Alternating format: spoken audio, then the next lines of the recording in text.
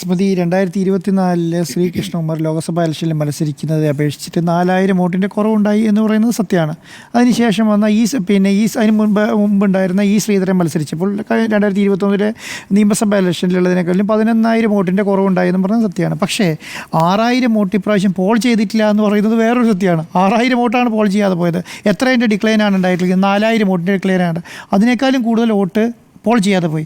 അപ്പോൾ ആ പോൾ ചെയ്യാതെ പോയ വോട്ടിന് മുനിസിപ്പാലിറ്റിയിലെ കൗൺസിലർമാരും അവിടെത്തെങ്കിൽ അവർക്ക് ബൂത്തിൻ്റെ ചാർജ് ഉണ്ടായിരുന്നവർക്കും ഒന്നും ഉത്തരവാദിത്വമില്ല എന്ന് പറയുന്നതിനകത്ത് ഒരർത്ഥമുണ്ടെന്ന് ഞാൻ വിശ്വസിക്കുന്നില്ല. കാരണം എന്താണ്, അതിനകത്ത് കെ സുരേന്ദ്രൻ മാത്രമാണ് അതിൻ്റെ ഉത്തരവാദി. അതിൽ തന്നെ അതിൻ്റെ ചാർജ് ഉണ്ടായിരുന്ന പാലക്കാടിൻ്റെ പ്രഭാരിയായിരുന്ന രഘുനാഥിന് മാത്രമാണ് ഉത്തരവാദി. അല്ലെങ്കിൽ അതിൻ്റെ ഇൻചാർജായിരുന്ന അതാണ് ഇദ്ദേഹം നമ്മുടെ നാരായണൻ നമ്പൂതിരിക്ക് മാത്രമാണോ അതിൻ്റെ ഉത്തരവാദിത്വം? ഇതൊന്നും അല്ലല്ലോ അതിൻ്റെ കാര്യം. അതാത് ബൂത്തിൽ ചാർജ് ഉണ്ടായിരുന്നവർ ബൂത്തിലെ വോട്ട് ചെയ്യാതെ പോയതിന് കാരണം വ്യക്തമാക്കണ്ടേ? അത് വ്യക്തമാക്കാതെ സംഘടിതമായി സുരേന്ദ്രനെ അറ്റാക്ക് ചെയ്യുന്ന ഒരു നിലയിലേക്കാണ് സത്യം പറഞ്ഞാൽ ഇപ്പോഴത്തെ BJP ഒരു വിഭാഗം പോയിട്ടുണ്ടോ എന്നുള്ളതാണ് സത്യം.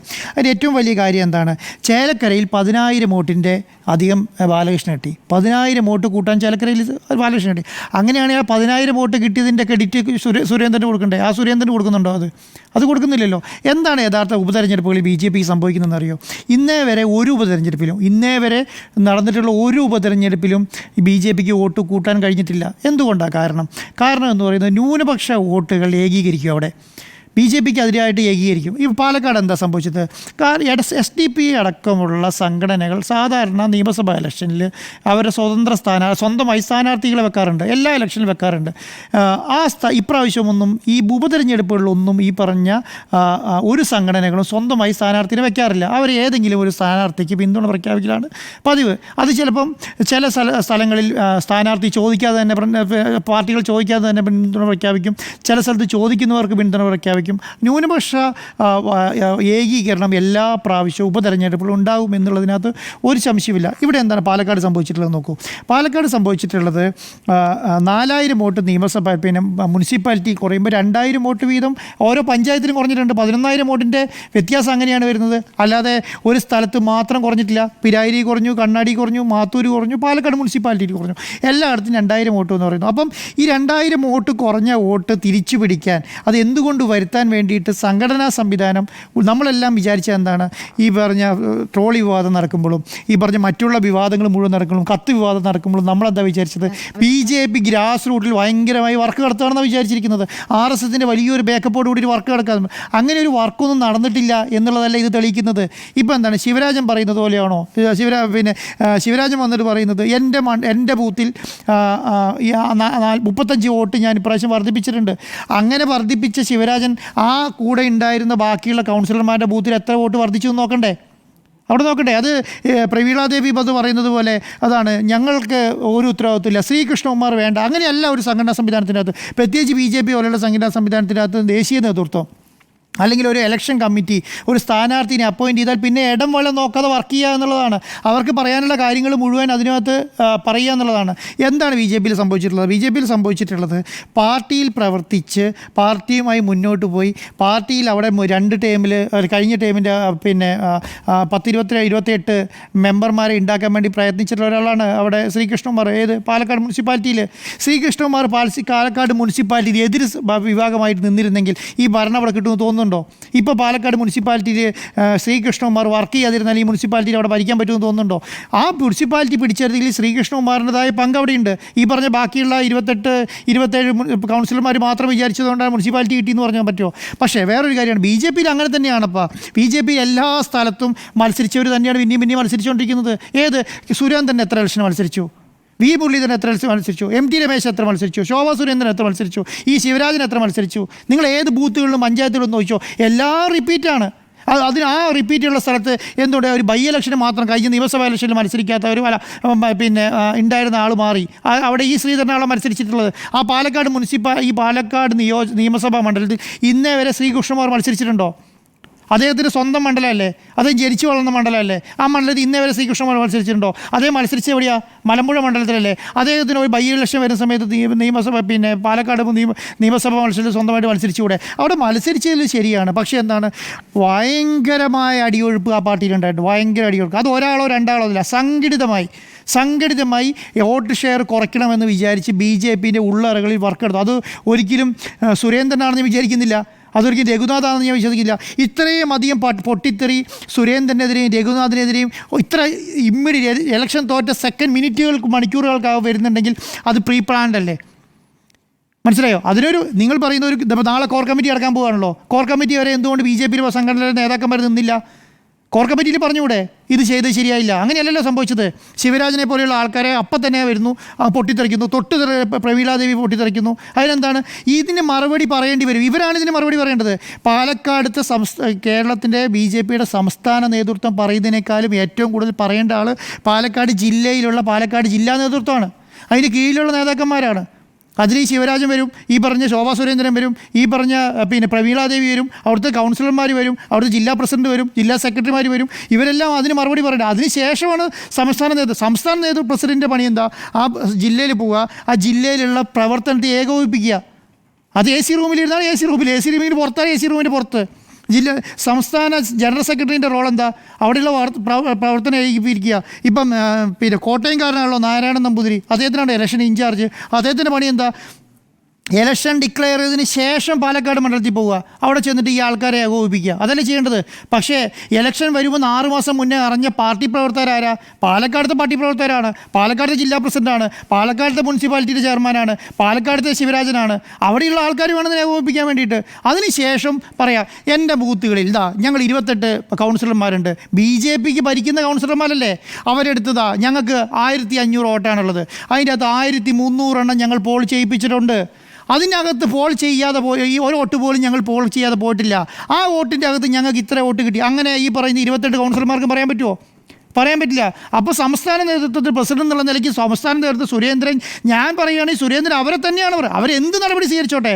അവർ ആ പാർട്ടിക്ക് വേണ്ടി ഇനി ആകെ എത്ര മാസമുണ്ട്? 7-8 മാസമേ ഉള്ളൂ മുനിസിപ്പാലിറ്റി മുന്നോട്ട് കൊണ്ടുപോകാൻ വേണ്ടിയിട്ടല്ലേ. 8 മാസം കൊണ്ടല്ലേ മുനിസിപ്പാലിറ്റി പോകുള്ളൂ. അവർക്കെതിരെ ശക്തമായ നടപടി സ്വീകരിക്കണം പാർട്ടി. എങ്കിൽ മാത്രമേ ആ പാർട്ടി ഡെവലപ്പ് ആവുള്ളൂ. അല്ലെങ്കിൽ ഈ കോക്കസിൻ്റെ ഭാഗമാകും പാർട്ടി. പാലക്കാടത്തെ പാർട്ടി കോൺഗ്രസിൻ്റെ ഭാഗം അല്ലെങ്കിൽ ശക്തമായ നിലപാട് സ്വീകരിച്ച് മുന്നോട്ട് പോകാൻ പറ്റണം. ഈ സംസ്ഥാന നേതൃത്വത്തിന് പോകാൻ പറ്റണം. ഇത് കോർ കമ്മിറ്റി അത് വരുന്നതിന് മുന്നേ അറ്റാക്ക് ചെയ്യാണ്. അതിനും ദേശീയ സംസ്ഥാന നേതാക്കന്മാർ കൂട്ടുനിന്ന് കൊടുക്കുകയാണ്. സംസ്ഥാന നേതാക്കന്മാരാണ് പറയാതെ ഈ ലെവലിലേക്ക് പറഞ്ഞുകൊണ്ടിരിക്കുന്നത്. അപ്പം ഇത് വേറൊരു കാര്യം എന്താണ്? വി മുരളീധരൻ മഹാരാഷ്ട്രയുടെ സഹപ്രഭാരിയാണ്. അങ്ങനെ അതുപോലെയല്ല പ്രകാശ് ജാവദേക്കർ കേരളത്തിൻ്റെ പ്രഭാരിയാണ്. ഇവിടുത്തെ ഒരു ഇലക്ഷൻ തോറ്റിട്ടുണ്ടെങ്കിൽ അതിൻ്റെ ഉത്തരവാദിത്വം എന്താണെന്നും എന്താ സംഭവിച്ചതെന്നും പറയേണ്ട ഉത്തരവാദിത്വമുള്ള ആളാണ് ആര്? പ്രകാശ് ജാവദേക്കർ. പക്ഷേ വി മുരളീധരനല്ല. വി മുരളീധരൻ സെയിം സമയത്ത്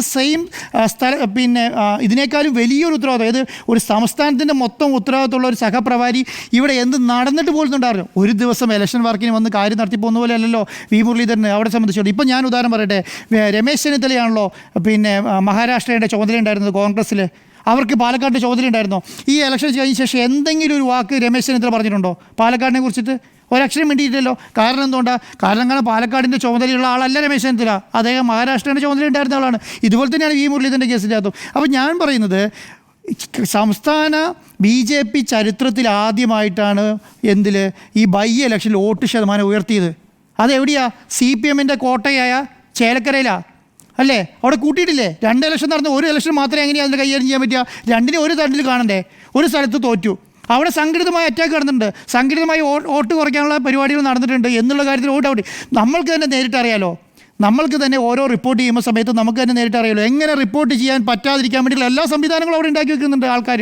എങ്ങനെ മാധ്യമങ്ങളെ വിലക്കാൻ വേണ്ടിയുള്ള പ്ലാനിങ്ങോട് കൂടിയിട്ട് മുന്നോട്ട് പോയിട്ടുണ്ട് ഇല്ലേ? അപ്പോൾ അങ്ങനെയുള്ള കാര്യങ്ങൾ ഒരു സ്ഥലത്ത് ഒരു ജില്ലയിൽ നടന്നു കഴിഞ്ഞപ്പോൾ ആ ജില്ലയിൽ ഒരു സംസ്ഥാന നേതൃത്വം, അത് സുരേന്ദ്രൻ പറഞ്ഞതല്ലേ കറക്റ്റായ കാര്യം.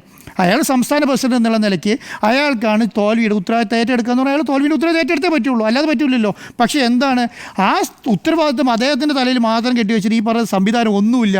അങ്ങനെ ഒരു സംവിധാനം നടത്തില്ല. സുരേന്ദ്രൻ പ്രസിഡന്റ് ആയതുകൊണ്ട് മാത്രമാണ് BJP പാലക്കാട് തോറ്റെ എന്നുള്ള നിലയ്ക്കാകാൻ പറ്റില്ലല്ലോ. രണ്ടാമത്തെ തന്നെ ശ്രീകൃഷ്ണകുമാറിൻ്റെ കാര്യത്തിനകത്ത് പറയാം. ശ്രീകൃഷ്ണകുമാർ എന്നുള്ള നേതാവ് ഈ സുരേന്ദ്രൻ്റെ അത്രയും 10-25 വർഷമായിട്ട് പാലക്കാട് നിന്ന് പ്രവർത്തിച്ചുകൊണ്ടിരിക്കുന്ന ആളല്ലേ. എവിടെയെങ്കിലും ശ്രീകൃഷ്ണകുമാർ ഇന്നേ വരെ വോട്ട് കുറച്ച ചരിത്രമുണ്ടോ? ചരിത്രത്തിൽ ആദ്യമായിട്ടാണ് പാലക്കാട് വോട്ട് കുറച്ചിട്ടുള്ളത്.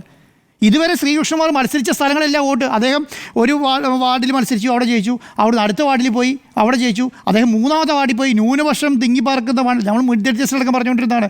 ന്യൂനപക്ഷം തിങ്ങിപ്പാർക്കുന്ന 55% ന്യൂനപക്ഷങ്ങളുള്ള മുസ്ലിം ന്യൂനപക്ഷങ്ങളുള്ള വാർഡിൽ വരെ ശ്രീകൃഷ്ണകുമാർ ജയിച്ചിട്ടുണ്ട് എന്ന് പറഞ്ഞു. അപ്പോൾ അവിടെ അടക്കം വോട്ട് ചോർച്ചയുണ്ടായി. അവിടെ അവർക്ക് ശ്രീകൃഷ്ണകുമാർ വന്നുകൊണ്ടാണ്. അല്ലെങ്കിൽ കഴിഞ്ഞ ഇലക്ഷൻ 43,000 വോട്ട് കിട്ടിയ ശ്രീകൃഷ്ണകുമാർ വെറും 6 മാസം കൊണ്ട് ഇത്ര ഡിക്ലൈൻ എങ്ങനെ ഉണ്ടായി? അങ്ങനെ ഒറ്റയടിക്ക് 6 മാസം കൊണ്ട് ഒരു കാരണം വേണ്ടേ? ശ്രീകൃഷ്ണകുമാർ വോട്ട് അന്ന് മുനിസിപ്പാലിറ്റി ഭരിക്കുന്നത് ഈ BJP തന്നെയാണല്ലോ. ഈ 6 മാസം കൊണ്ട് 4,000. അപ്പോൾ സംഘടിതമായി വോട്ട് ചെയ്യാൻ പാടില്ല എന്നുള്ള തീരുമാനം അവിടെ വന്നിട്ടുണ്ട്. അത് ആരെടുത്തു? ആരാണ് അതിന് നേതൃത്വം നൽകിയത്? ആരാണ് അവിടുത്തെ കൗൺസിലർമാരെ നിയന്ത്രിച്ചിരുന്നത്? ഇതൊക്കെ നമ്മൾ മനസ്സിലാക്കണ്ടേ. പിന്നെ സന്ദീപ് വാര്യർ പോയതുകൊണ്ടാണോ BJPക്ക് വോട്ട് കുറഞ്ഞത്? സന്ദീപ് വാര്യർ വോട്ട് കുറഞ്ഞിട്ട് ഈ സന്ദീപ് കുറയേണ്ട ഏതെങ്കിലും പോക്കറ്റ് കാണിച്ചിടണം. എനിക്ക് ഏറ്റവും ശക്തി കേന്ദ്രമായ സ്ഥലം ഇതാണ്, ഈ സ്ഥലത്ത് ഇത്ര വോട്ട് ഞാൻ കാരണം കുറഞ്ഞു, അങ്ങനെ ഒരു സ്ഥലം സന്ദീപിന് പറയാൻ പറ്റുമോ? അങ്ങനെ സന്ദീപ് BJPക്കും പറയാൻ പറ്റില്ല. അങ്ങനെ ഒരു സ്ഥലത്ത് കുറച്ചില്ല. ഇത് സ്റ്റാർട്ടേഡായിട്ട് കുറച്ച് പേര് സംഘടിതമായി ഒരു 100 വോട്ട് 150 വോട്ട് 200 വോട്ട് എന്നുള്ള നിലയ്ക്ക് കുറഞ്ഞു. ആ കുറയാനുള്ള കാരണം എന്താണ്? ഇതാണ്. അത് ഇവിടെ മാത്രമല്ല, അത് നിങ്ങൾ നോക്കിയാൽ മനസ്സിലാവും. ഈ പിരായിരി പഞ്ചായത്തിലും ഈ കോക്കസിൻ്റെ ഭാഗമായിരുന്ന ആൾക്കാരുടെ സ്ഥലങ്ങൾ ചെന്നിട്ടുണ്ട്. അത് ശ്രദ്ധിച്ചാൽ മനസ്സിലാവും. പിരായിരി പഞ്ചായത്തിൽ 2000 വോട്ട് കുറഞ്ഞു, മാത്തൂർ കുറഞ്ഞു, കണ്ണാടിയിൽ കുറഞ്ഞു. അവിടെ എന്താണ്? അത് ചില പോക്കറ്റുകളിൽ മാത്രമേ കുറഞ്ഞിട്ടുള്ളൂ. ആ പോക്കറ്റ് നോക്കിയാൽ അറിയാം. 35 വോട്ട് കിട്ടിയ വാർഡുണ്ട് അവിടെ. 35 വോട്ട് മാത്രം കിട്ടി. 580 590 വോട്ട് കിട്ടിയ സ്ഥലത്തേക്ക് വെറും ബാക്കി അങ്ങനെ 500 വോട്ട് കുറയുക. അപ്പോൾ അതിൻ്റെതായ പ്ലാനിങ് നടന്നു, അതിനകത്ത് വർക്കിംഗ് നടന്നു. അവിടെ ചെന്ന് കഴിഞ്ഞിട്ട് വോട്ട് ചോദിക്കാൻ ചെന്ന ആൾക്കാരോട് പോലും പറഞ്ഞിട്ടുണ്ട് പോലും ഇത് ജയിക്കുമെന്ന് നമുക്ക് ഉറപ്പില്ല എന്നുള്ള നിലയ്ക്ക് പറഞ്ഞിട്ടുണ്ടെന്ന് പറയുകയാണ്.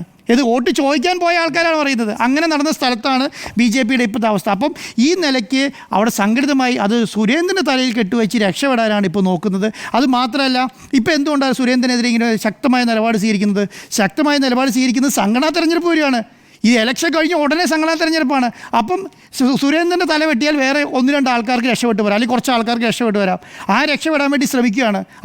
അതിന് വേണ്ടിയിട്ട് ശിവരാജിനെ പോലെയുള്ള ആൾക്കാർ ചോദിക്കുന്നതിന് മറുപടി അല്ലല്ലോ പറയുന്നത്, ക്വസ്റ്റ്യൻ ചോദിക്കുന്നതിന് നേരെ എതിരായിട്ടാണ് പറയുന്നത്. എന്നാൽ സംഘടനയുടെ ഭാഗമാണോ? സംഘടനയുടെ ഭാഗമാണ്. സംഘടനയുടെ ഭാഗമായി നിന്നുകൊണ്ട് സംഘടന വിരുദ്ധമായിട്ട് പറഞ്ഞുകൊണ്ടിരിക്കുകയാണ്. അപ്പോൾ ആ ലെവലിലേക്ക് ഈ പാർട്ടി കാര്യമായിട്ട് തന്നെ കൈകാര്യം ചെയ്യേണ്ടതാണ്. അറിയാതെ പോയി എന്നുള്ളത് ഒരു വീഴ്ചയല്ലേ? സുരേന്ദ്രൻ ഒന്നും ചെയ്യാൻ പറ്റില്ല. ഒരു ഇലക്ഷൻ ഡിക്ലെയർ ചെയ്ത് കഴിഞ്ഞിട്ടുണ്ടെങ്കിൽ സുരേന്ദ്രനെതിരെ അറ്റാക്ക് വന്നാലും മിണ്ടാതിരിക്കുക എന്നുള്ളതല്ലാതെ സുരേന്ദ്രൻ ഒന്നും ചെയ്യാനില്ല. ഇലക്ഷൻ ഡിക്ലെയർ ചെയ്ത് കഴിഞ്ഞു, അദ്ദേഹത്തിനാണ് അവിടെ ചാർജ്. അവിടെ ഇപ്പോൾ ഞാൻ ഉദാഹരണം പറയട്ടെ, സന്ദീപ് വാര്യരെ പുറത്താക്കാൻ BJPക്ക് തീരുമാനിക്കാം വേണമെങ്കിൽ. അവരെടുത്ത നിലപാട് വെച്ച് Sandeep Warrier BJP തീരുമാനിച്ചില്ലല്ലോ.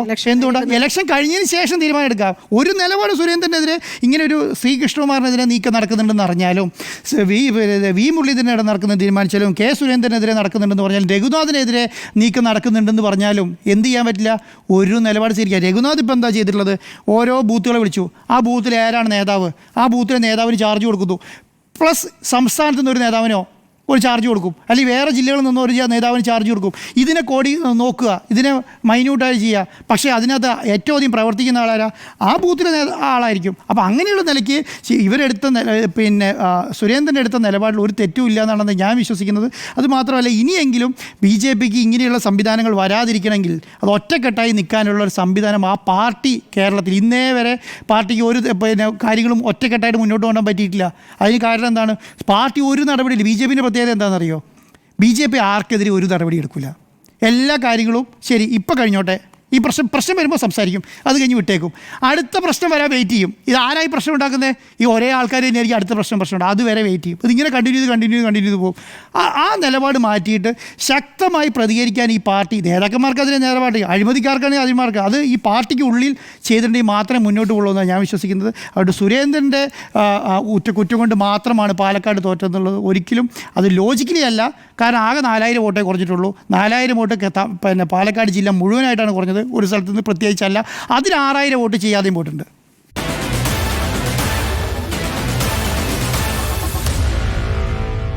Meet the editors.